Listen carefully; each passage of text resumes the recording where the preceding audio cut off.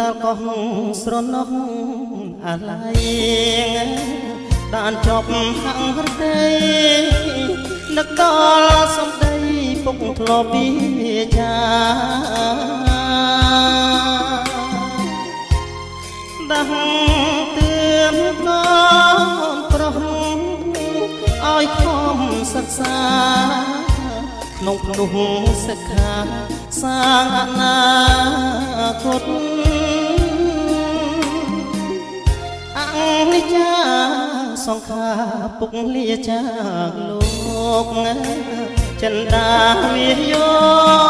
កគ្រួសារសោយសោកអបយកប្តីទុក